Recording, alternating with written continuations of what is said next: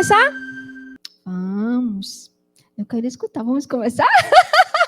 Vamos começar as aulas? Vamos lá. Deixa eu passar aqui. Pode passar. Pronto. Eu gostaria de que vocês aí que estão em casa, vocês que estão aqui também, eu sei que parece óbvio, né? Mas eu gostaria que vocês me respondessem. O que é que vocês estão vendo aqui? Qual vegetal que vocês estão vendo aqui? Podem falar sem medo. Você de casa aí pode falar também. Vai respondendo aí. O que é que vocês estão vendo aqui? Tá baixo? Ah, não, eu preciso ouvir. Ah, agora melhorou. Será que é tomate mesmo? Será que tudo aqui é tomate? Não, mas parece tudo tomate. Parece muito, não parece? Essas de trás ali, ó, são caqui. E esses dois aqui são tomates. Engraçado que quando eu vi o caqui pela primeira vez, eu achava que era um tomate diferente. Um tomate de um... Sabe como é que é? Como a gente tem a laranja, né? Que a gente chama aqui no Nordeste laranja cravo, pronto. Eu não conhecia o caqui, eu achava tão... E estava emborcadinho. Aí é que parece mesmo, né? Pois é, existem coisas na nossa vida que parecem mesmo, tudo assim, tem uma semelhança terrível. E quando nós falamos em desordens relacionadas ao glúten, associada a outras situações intestinais, às vezes a gente fica com essa sensação de que é tudo misturado, isso dá um nervoso, porque a gente não sabe onde é que a gente está errando, né? A gente não sabe o que a gente está fazendo errado, porque a gente continua com sintomas. Então, eu trouxe esse exemplo para que isso fique gravado na sua mente. Ali, apesar de ser muito parecido, caqui e tomate, são coisas diferentes. E eu acho que esse momento do Impacto Free é justamente isso, quando a gente começa a ensinar a vocês, quando a gente começa a trazer as experiências que a gente tem em relação a novos olhares, você tem a oportunidade de você mesmo pensar, né? Será que é isso? Será que é por esse caminho? Então, você tem a oportunidade de pensar em novos caminhos, não é assim? Quanto mais a gente sabe, mais a gente abre os olhos para novos caminhos. Então, hoje, a minha fala é sobre as aparências enganam, e sobre doença celíaca, sensibilidade ao glúten não celíaca e síndrome do intestino irritável. Como nós temos um público misto, ou seja, existem pessoas aqui que inclusive são nutricionistas, estamos aqui também, tem lá também, temos médicos nos assistindo, temos outras pessoas da área de saúde nos assistindo, mas também temos aqueles que estão à procura de um diagnóstico ainda, temos aqueles que acabaram de ser diagnosticados, estão ainda meio perdidos, sem saber o que fazer, temos aqueles que tiveram diagnóstico, mas não foram orientados da forma correta, ou seja, nós estamos com um público muito misto.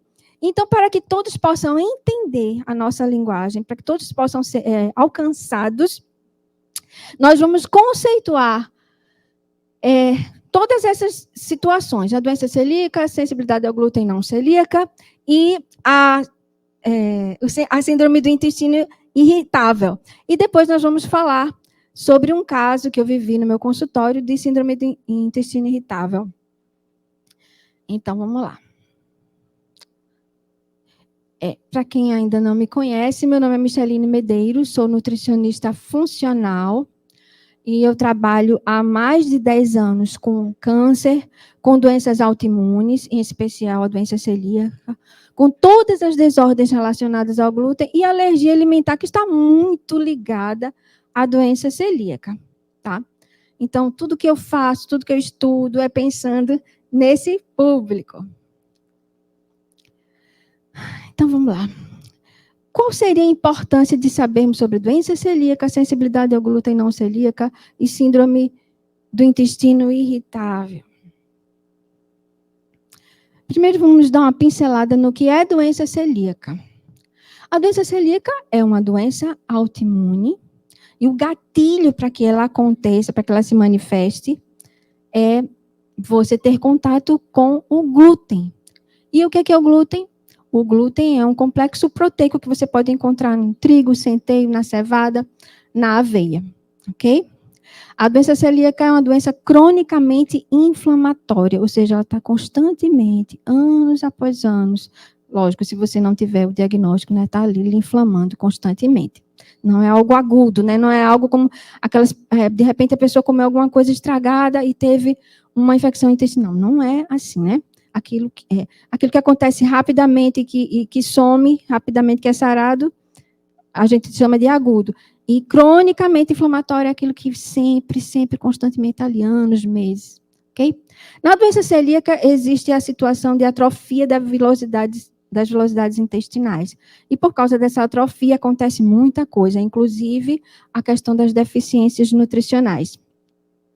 A doença celíaca, ela tem componentes genéticos, ou seja, se você foi diagnosticado com a doença celíaca, alguém da sua família provavelmente também é celíaco, ok?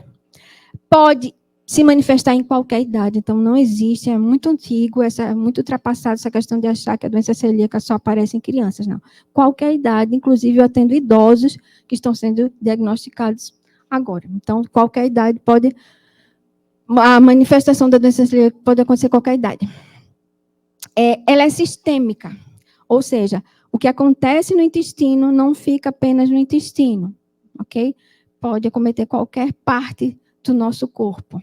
Então, mexeu com o intestino, pode mexer com qualquer coisa, inclusive com o nosso cérebro, ok? A doença celíaca é mais predominante em mulheres.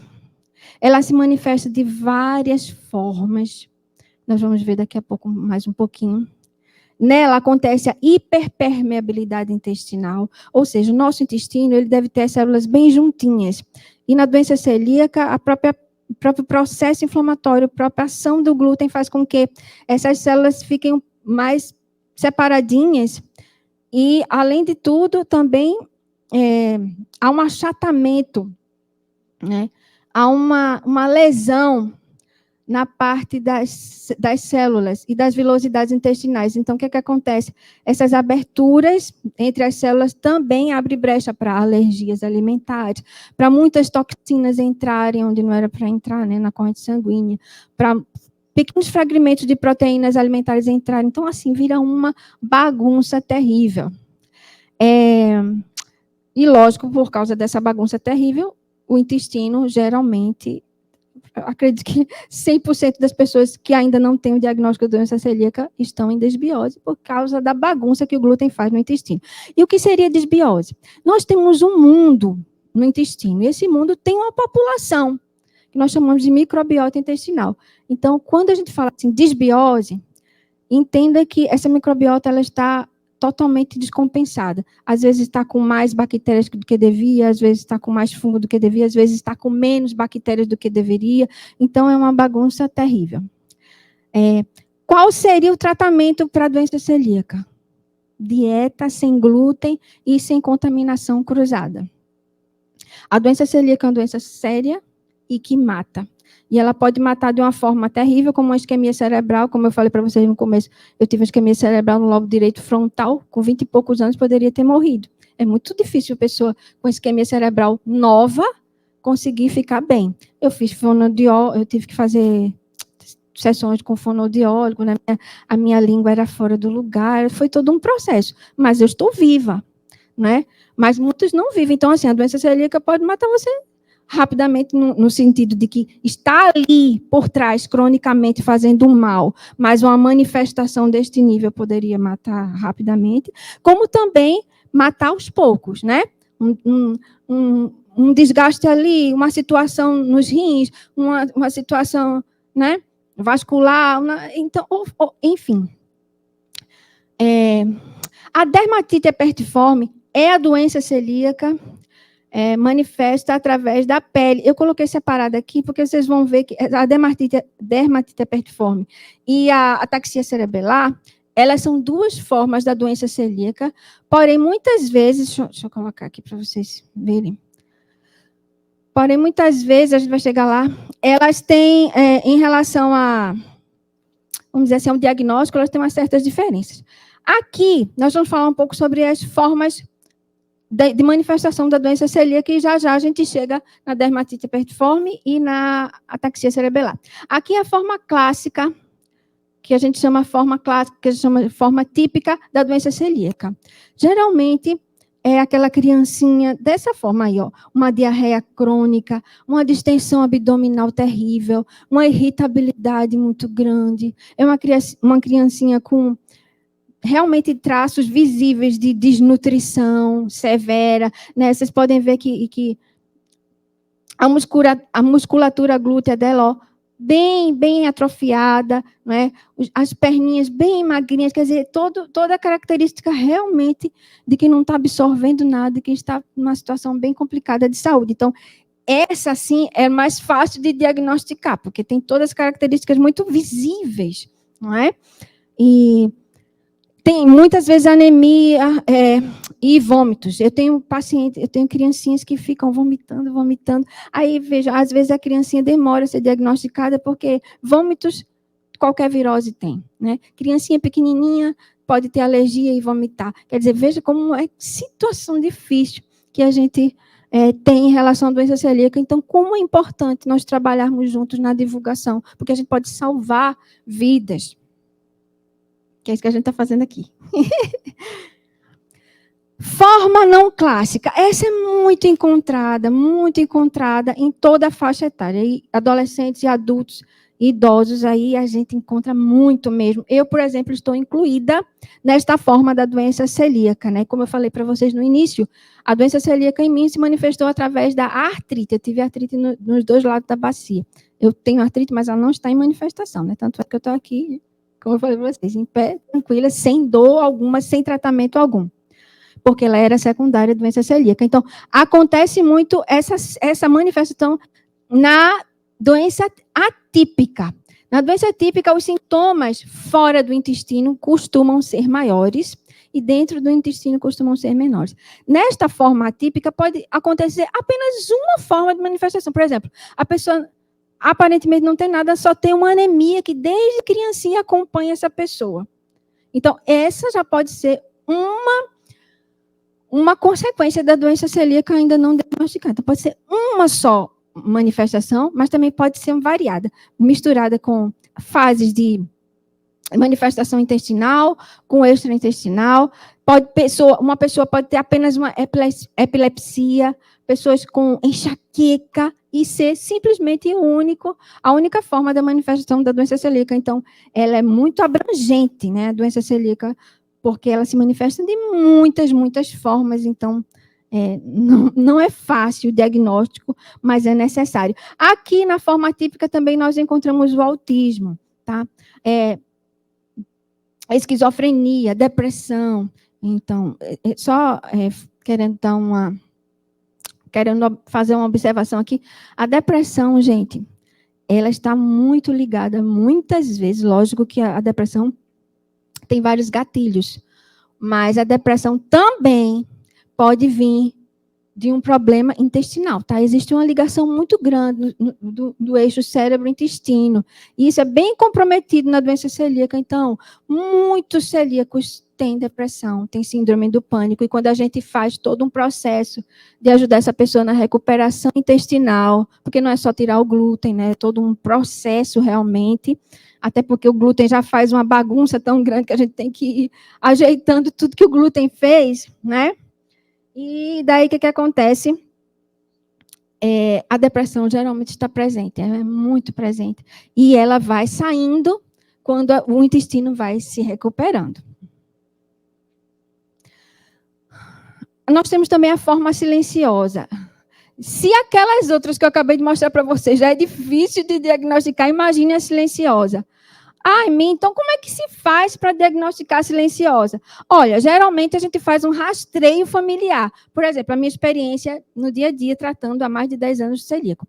Eu tenho um celíaco já diagnosticado. Eu já vou perguntando, sua família já foi rastreada para doença celíaca? Seu filho, seu pai, sua mãe?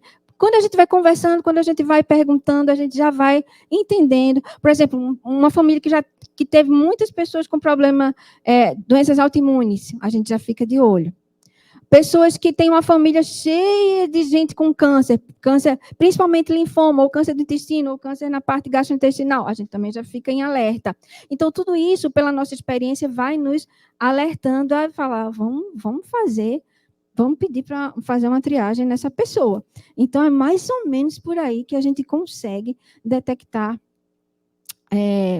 alguns pacientes com a forma assintomática. Tem crianças, por exemplo, que chegam a mim que elas não têm sintoma algum a não ser falta de crescimento. Que para mim é um sintoma, mas para a família, né, que não entende assim, mas olha, ele não sente nada, ele não tem problema, ele não sente dor na barriga, mas um sintoma seria a falta de crescimento, né? E na visão da pessoa poderia estar incluída aí, porque ela silenciosamente está fazendo um estrago nos hormônios do crescimento, em todo o processo que acontece para que a pessoa cresça, né? E daí o que acontece? Muitas pessoas, na minha vivência, eu acho que, infelizmente, 4 pessoas eu consegui, eu atendi com problemas da manifestação da doença celíaca na forma silenciosa, mas, infelizmente, essas 4 que eu estou falando agora foram pessoas que foram diagnosticadas com 2 doenças ao mesmo tempo, linfoma e doença celíaca. Então, é por isso que eu também cuido muito de oncologia, porque, infelizmente, também pode acontecer, e não é raro, tá? Não é raro. Quais são os grupos de risco, né? Que a gente fica de olho, como eu falei para vocês. Então, pessoas que têm doença autoimune, pessoas com deficiência de uma imunoglobulina chamada IgA, pessoas com síndrome de Down, pessoas novas com problemas de infertilidade, sabe? Pessoas que têm aborto espontâneo e ninguém sabe de onde veio aquele aborto. Aparentemente, a pessoa está bem. Por exemplo, eu tive 4 gestações e só tenho um bebê, só tenho um menino, porque os outros todos eu abortei. Então, imagina, eu nova, não tinha nada, aparentemente, que pudesse justificar tantos abortos e ninguém procurou em mim a doença celíaca. Então, se você que é médico, está me ouvindo aí do outro lado, e você que é ginecologista, preste atenção no protocolo do SUS, apesar dele estar indo um pouco, precisa ser atualizado, mas lá tem as características das pessoas que precisam ser incluídas, e a pessoa que teve aborto espontâneo, ela está incluída, aborto espontâneo recorrente está incluída nas pessoas que precisam ser investigadas para doença celíaca, ok? Vocês estão entendendo até aqui? Tranquilo? Vão sinalizando aí de casa também, tá bom? Como é que é feito o diagnóstico? O diagnóstico a pessoa tem que estar comendo glúten, tá? Então, se você sente alguma coisa com glúten, não retira o glúten. Eu sei que é difícil, né? Eu sei que existe uma moda. Existem, inclusive, pessoas da área de saúde incentivando você a tirar o glúten antes de você fazer os testes. Não faça isso. Sabe por quê? Porque se você tiver doença celíaca, se você passar mal, ou se você tiver alguma outra desordem relacionada ao glúten e passar mal com glúten e tirar, lógico que você não vai querer experimentar o mal que ele te fez novamente. E aí vai comprometer o seu diagnóstico. Isso é ruim. Então, antes de retirar o glúten, faça todos os exames necessários para descartar a doença celíaca, inclusive a de biópsia, tá? Do duodeno, porque esse realmente seria, em adultos, seria a única forma de descartar totalmente, vamos dizer assim, né, a doença celíaca, a não ser que seja dermatite herpetiforme ou ataxia cerebelar, que já a gente vai ver. Ok? Então, são essas etapas. Você faz os sorológicos, exames de sangue, depois, só uma observação, dentre os sorológicos, as criancinhas muito pequenininhas, é interessante que façam o anticorpo antigliadina deaminada, IgG. Por quê? Porque crianças antes de 2 anos, elas não têm muita produção de IgA, então pode dar negativo. Então, se você tem uma criança, né, se for seu filho, você pede ao médico. Se for seu paciente, você preste atenção nisso. É menorzinho, é pequenininho, pede um deaminada IgG, que é mais fácil, aumenta 15% a chance dessa criança ser diagnosticada. Então, é interessante a gente falar sobre isso, ok? E depois dessa parte sorológica toda, nós temos a parte da endoscopia com biópsia, que essa é o padrão ouro até agora para que se faça o diagnóstico da doença celíaca. Aqui, ó, é a manifestação da doença celíaca na pele, chamada dermatite herpetiforme. Então, se você está me ouvindo e você tem dermatite herpetiforme e nunca ninguém falou para você que você é celíaco, saiba que você é celíaco, ok? Aqui, ó, esse tipo de manifestação, ela traz uma coceira muito grande, ela traz uma péssima qualidade de vida e nas bolinhas, não sei se vocês estão vendo nessa terceira foto, nas bolinhas existem um líquidozinho. Vocês conseguem observar? Pois é. Isso aqui queima, arde, é uma agonia terrível, sabe? Coça muito. Geralmente é assimétrica, ou seja, quando tem num lado, tem no outro, nos joelhos, ou nos cotovelos, ou no bumbum, né? Eu já vi muita criancinha assim, ó, dá uma dó, sabe? Criancinha que não conseguia nem vestir o calção para ir para a escola, porque estava tudo machucado. Então, infelizmente, acontece isso. E, infelizmente, acontece também de que a pessoa é diagnosticada com dermatite herpetiforme, mas não é orientada a entender que isto é a doença celíaca. Então, a pessoa usa várias medicações, corticoide, tópica e tal, e o problema está na retirada do glúten. Olha, uma coisa que eu gostaria de dizer para vocês sobre a dermatite herpetiforme, nem sempre a biópsia dará alguma coisa em relação à doença celíaca. E não significa que ela não tenha doença celíaca, tá? Aproximadamente 20 a 30% dos pacientes têm alteração na tireoide, cerca de 90% não apresenta sintomas digestivos, ou seja, puxa, mas eu não apresento nada. Mas já apresenta, sim. Você já apresenta, você já é celíaco, né? E cerca de 20% dos pacientes com DH tem resultado de biópsia de intestino normal. Preste atenção nisso. Aí você faz todos aqueles exames. Olha, a médica disse que eu não sou celíaco, porque a minha biópsia do intestino deu normal. Mas você tem que entender que se a sua biópsia de pele deu dermatite herpetiforme, se você foi diagnosticado de dermatite herpetiforme, você é celíaco e a biópsia pode dar normal mesmo. Porque é um outro tipo. É porque, como a doença celíaca é uma doença autoimune, infelizmente, ela pode atacar um certo tipo de alvo, né? Por exemplo, esse outro alvo aqui, que é o seu cérebro, né? Deixa eu passar aqui. Essa aqui é só para mostrar para vocês como é feita a biópsia, tá? A biópsia deve ser feita com tecido, com uma lesão viva, ou seja, com a bolha, né? Aí, ao redor da bolha deve ser feita a biópsia, por dermatologista, logicamente, né?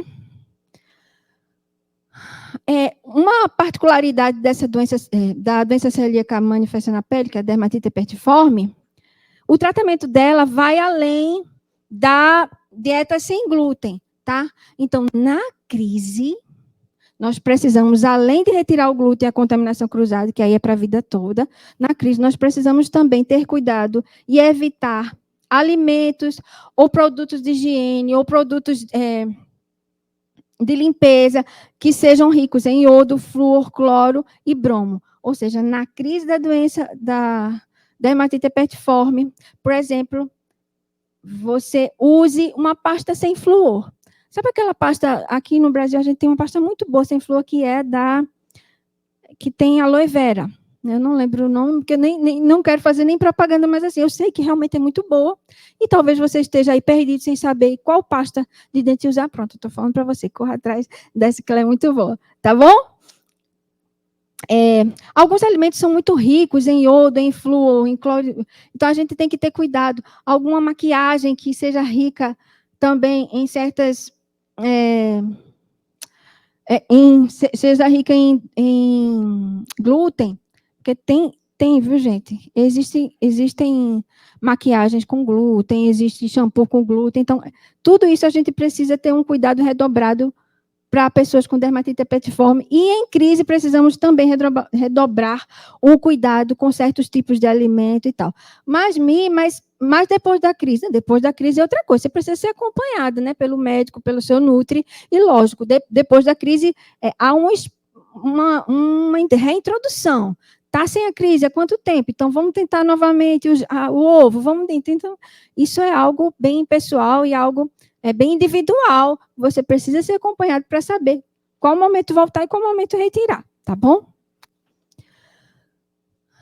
Essa aqui, olha, gente, inclusive nessa parte aqui, eu tive até uma conversa com um dos palestrantes que foi do ano passado, nosso querido Fernando Valério. Eu tirei umas dúvidas com ele inclusive, gentilmente, me cedeu esse artigo científico aqui, para mim ter mais noção sobre essa forma da doença celíaca que se chama ataxia cerebelar. Essa é uma das mais graves e mais terríveis formas da doença celíaca, ao meu ver, pelo que eu revisei de estudo nesse momento. Né? É triste, porque é um ataque ao cérebro. Pode ser um ataque em conjunto ao cérebro, intestino, ou simplesmente só ao cérebro. Né? A doença celíaca atacando simplesmente o cerebelo. E o cerebelo, ele é responsável pelo equilíbrio, pela força muscular, né? E pelo controle motor. Então, se correr com o diagnóstico, que não é um diagnóstico fácil, pode ser que dê tempo de reverter, mas muitas vezes é irreversível. Então, isso é muito sério, muito triste. Mas é necessário que a gente entenda porque só assim, a gente aprendendo e divulgando, é que a gente faz com que outras pessoas não passem por essas coisas, ok? Você já pensou alguém da sua família ou alguém que você conhece que está passando por uma ataxia e ninguém nem procurou saber? É o começo da ataxia, corre. Você tá tendo o privilégio de entender sobre isso. Corre e pede, olha, veja se isso não é a doença celíaca, corra atrás, porque tudo no começo é muito mais fácil de ser revertido, não é? Então, seja você que está aqui, você que está em casa, um agente de salvar vidas, um agente de promover saúde a essas pessoas que, como eu, né, sofrem tanto quando não chega um diagnóstico a tempo, né? As sequelas são terríveis. Então, eu trouxe essas imagens aqui para vocês verem onde é o ataque do glúten, tá? Este é um ataque específico do cérebro. Agora nós vamos falar um pouco rapidamente sobre a sensibilidade ao glúten não celíaca. Veja como é parecida. Muitas pessoas dizem, eu não tenho doença celíaca, não, eu só tenho sensibilidade ao glúten não celíaca. Como se fosse algo muito simples, como se não tivesse nada associado que trouxessem resultados ruins também. Então, eu gostaria de dizer a você que você precisa se cuidar, porque a sensibilidade ao glúten não celíaca, ela também traz transtornos terríveis. Ela está associada à abertura de doenças autoimunes também, tá? Ela não é autoimune, mas ela abre brecha, porque nela há também a hiperpermeabilidade intestinal. Então, mexer com a hiperpermeabilidade intestinal, mexe com essa parte de abrir brechas para outras doenças autoimunes, tá? Na sensibilidade ao glúten não celíaco, existem também sintomas dentro e fora do intestino, tá? Nela não ocorre a atrofia das vilosidades intestinais, mas ela é uma doença sistêmica e inflamatória também, ok? Nela também existem doenças neurológicas associadas e o diagnóstico é por exclusão. Ou seja, fez tudo que precisava fazer de exames para excluir a doença celíaca. Fez. Excluiu alergia a trigo, excluiu alergia a glúten. E passa mal. Todos esses deram negativos, mas continua passando muito mal comendo glúten. Provavelmente o seu diagnóstico será, porque o médico que faz esse diagnóstico será sensibilidade ao glúten não celíaca. E voltando a afirmar, não é bobagem, a sensibilidade ao glúten não celíaca, ela traz transtornos terríveis, inclusive tem pessoas com sensibilidade que sofrem muito mais em relação a sintomas do que o próprio celíaco, que às vezes não sente quase nada, mas lá por dentro a situação está acontecendo. Quais são os sintomas? Eu coloquei aqui só para vocês entenderem que como é parecido. Vocês notaram que o que eu estou falando da doença celíaca não parece muito com o que eu estou falando da sensibilidade ao glúten não celíaca? Não parece? Pois é. Para vocês verem, mas são duas coisas diferentes, mas parece muito, né? Tem diarreia, tem constipação, tem desbiose, tem dor, tem distensão.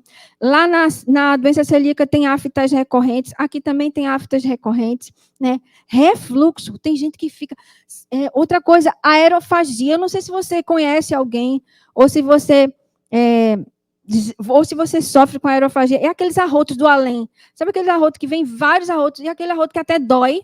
Pronto, a gente chama de aerofagia. A aerofagia está muito ligada à sensibilidade ao glúten não celíaca, tá? Na sensibilidade ao glúten não celíaca também existe a deficiência nutricional, porque a gente pensa que a deficiência nutricional existe só na doença celíaca. Não, gente. Porque se ela é uma doença inflamatória, e se onde existe inflamação, existe lesão. E onde existe lesão, existe comprometimento em relação à absorção de nutrientes. Tá bom? Aqui também os pacientes podem manifestar dormência nas mãos, nos pés, dores articulares e musculares, parecido com fibromialgia também. Olha como é. Entendam que nunca mais, olha, coloquem na cabeça de vocês, sensibilidade ao glúten não celíaca.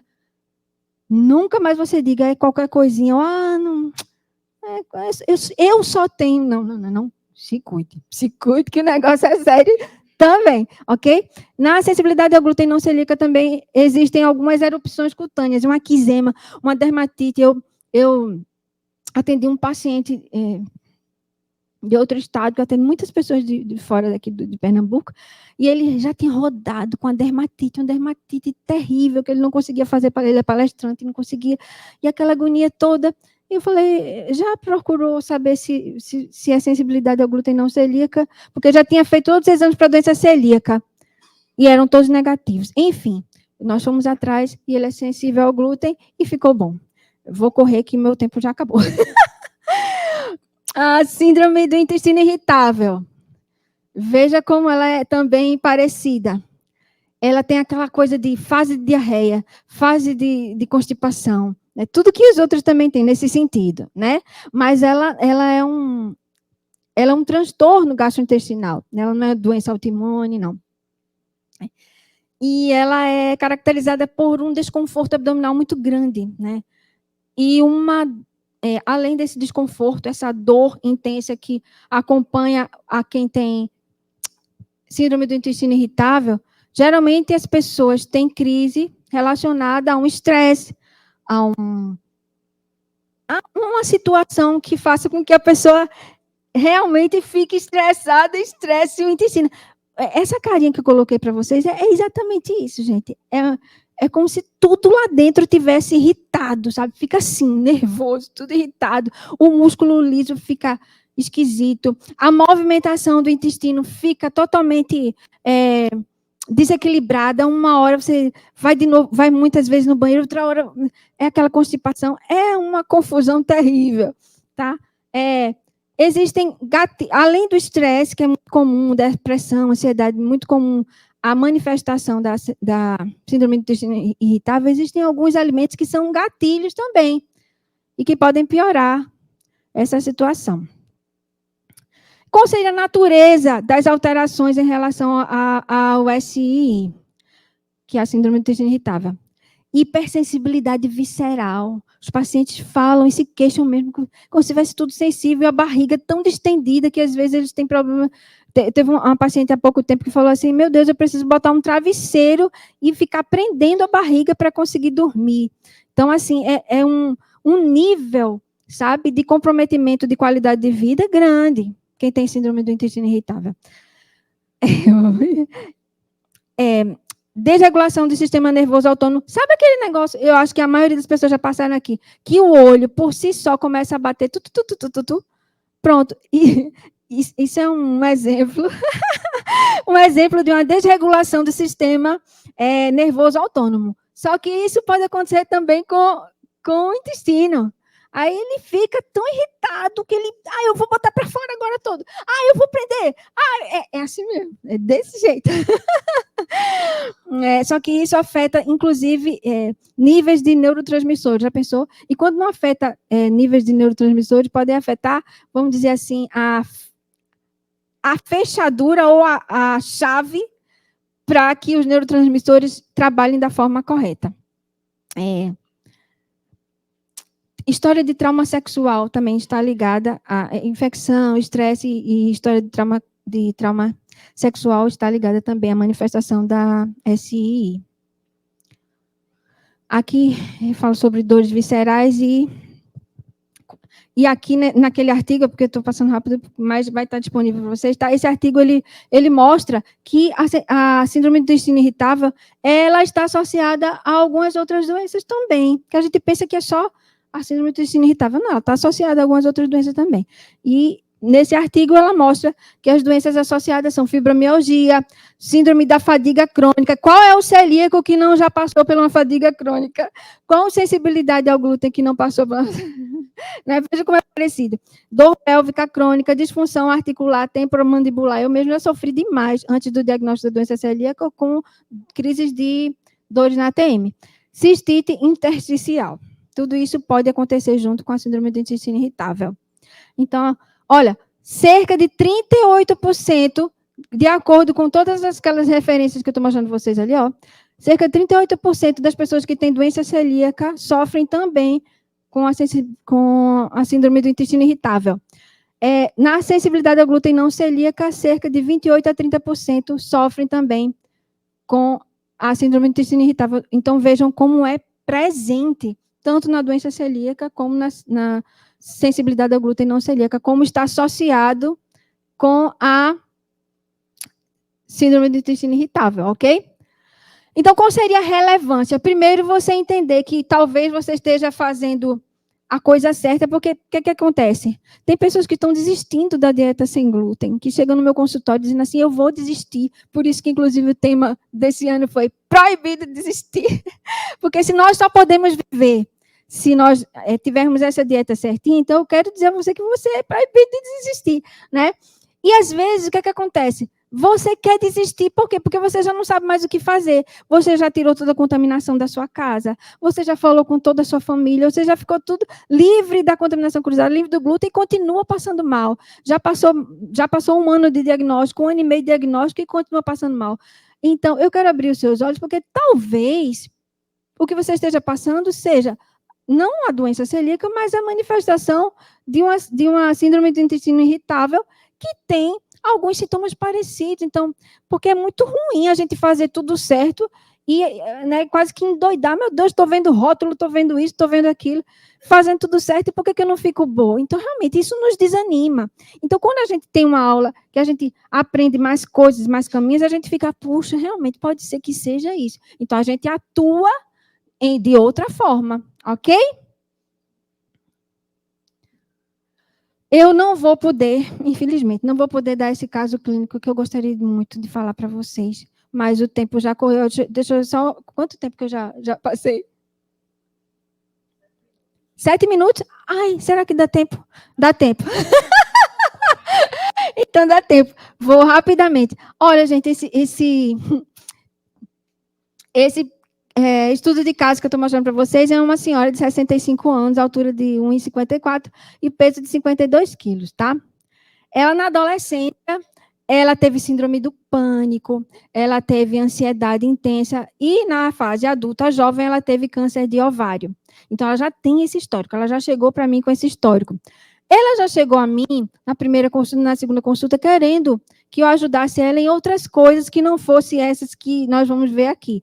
Ela queria que eu ajudasse ela na esteatose hepática, na alcoólica, enfim. Ela estava pré-diabética, então eu cuidei dela nessa parte. Mas sempre observando que ela tinha algumas crises, assim, ao longo do processo de atendimento. De repente, ela estava na emergência, em crises de dores intensas, que ela falava para mim que eram dores que vinham das costas para frente, da frente para as costas. Então, ela, às vezes, não sabia identificar. A dor era intensa e ela não sabia identificar se vinha da coluna, porque ela tinha uma hérnia de disco, ou se vinha do intestino e estava atacando a coluna. Então, ela ficava naquela pressão, naquela coisa terrível. E eu fiquei pensando nesse caso, meu Deus. Aí eu continuei, né, na anamnese. Na anamnese familiar, ela falou que tinha uma filha celíaca e alérgica múltipla, ou seja, ela já tinha diagnóstico de sensibilidade ao glúten não celíaca, como eu falei para vocês, que chegou a mim, né? Já tinha hérnia de disco na lombar, já tem intolerância à lactose, que é muito comum, tanto na doença celíaca, quanto na sensibilidade ao glúten não celíaca, quanto na síndrome do intestino irritável, né? E ela disse que nessas crises de dores, que às vezes passava mais de uma semana, ela chegava a perder peso, porque ela tinha constipação, às vezes tinha diarreia e essas dores intensas. E eu comecei a desconfiar, achando, meu Deus, será que tem algum componente aí emocional desencadeando essas dores todas? Enfim, em uma das vezes que ela foi ao médico, que ela foi várias vezes ao médico na emergência, o que é que os médicos faziam? Eles afastavam, né, as possibilidades normais que quando a gente vai no hospital. Será que é apendicite? Será que é infecção urinária? Será que é infecção intestinal? E nada, não tinha nada disso. Não tinha infecção bacteriana, não tinha nada. E as dores eram intensas. E os médicos precisavam fazer, inclusive, prescrição de medicações à base de morfina, né, às vezes codeína, para que ela suportasse as dores. E, de repente, aquilo ali passava um tempo bem, voltava. E aí eu comecei a pensar assim, a senhora poderia me falar mais sobre a sua história? Nessas crises de dores, assim, existia alguma coisa familiar que acontecia?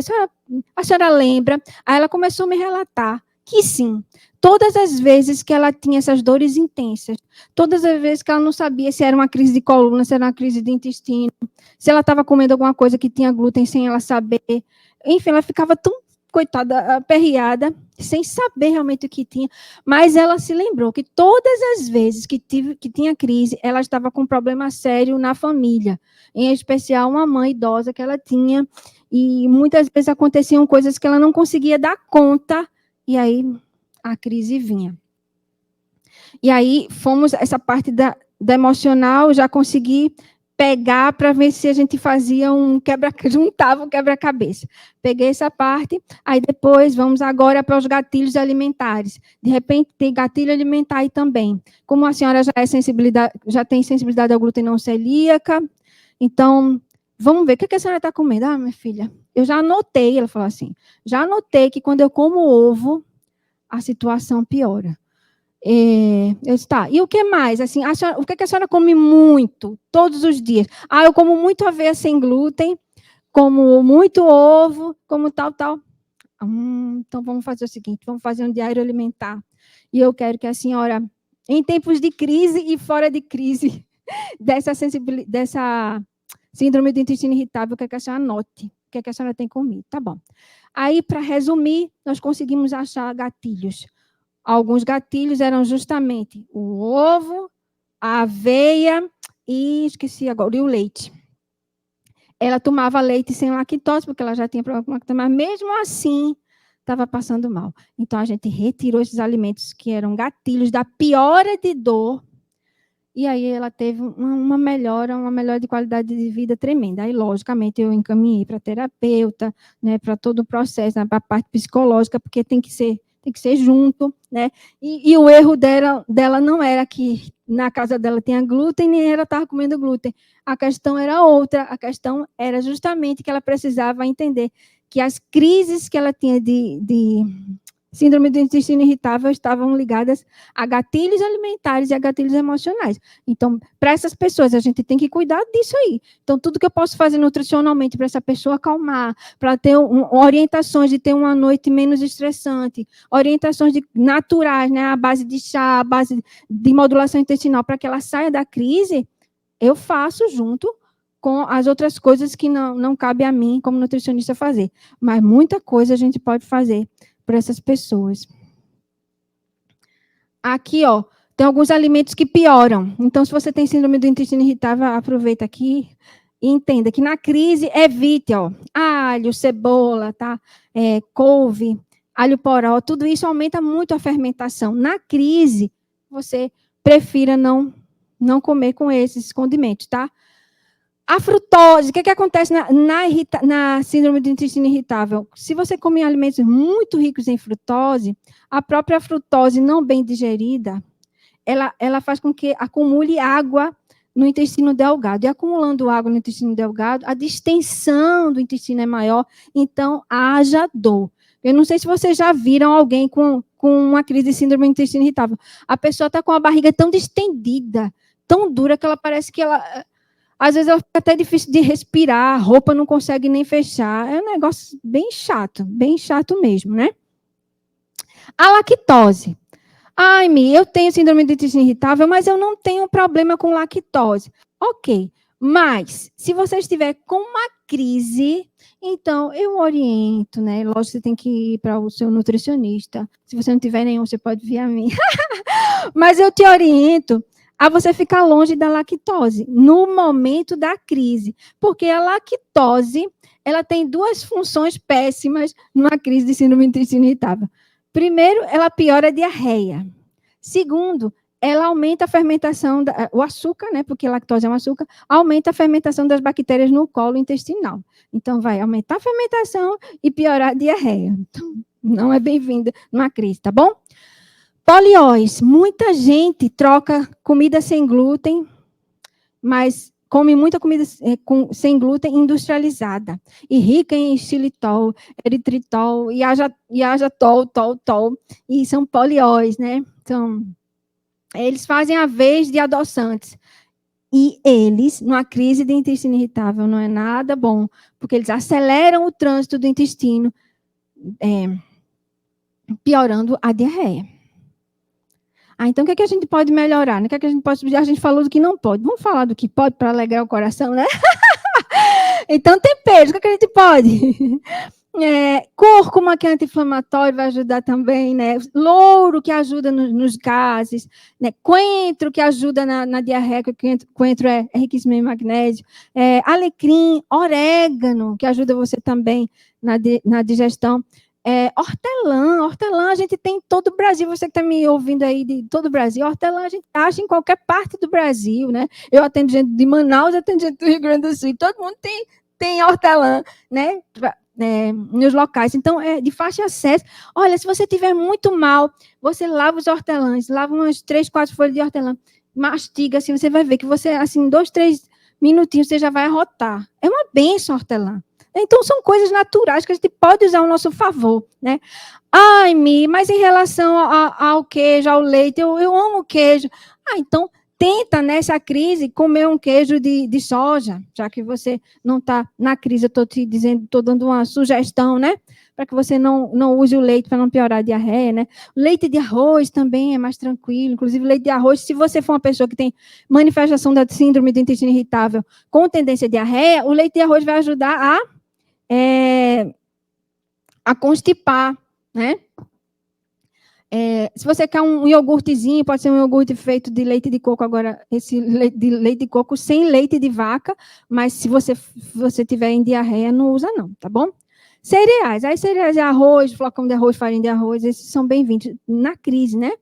E milho, flocão de milho e farinha de milho também, não tem problema. As frutas que não mexem tanto com uma crise, que não iam piorar uma crise. Morango é bem de boa, né?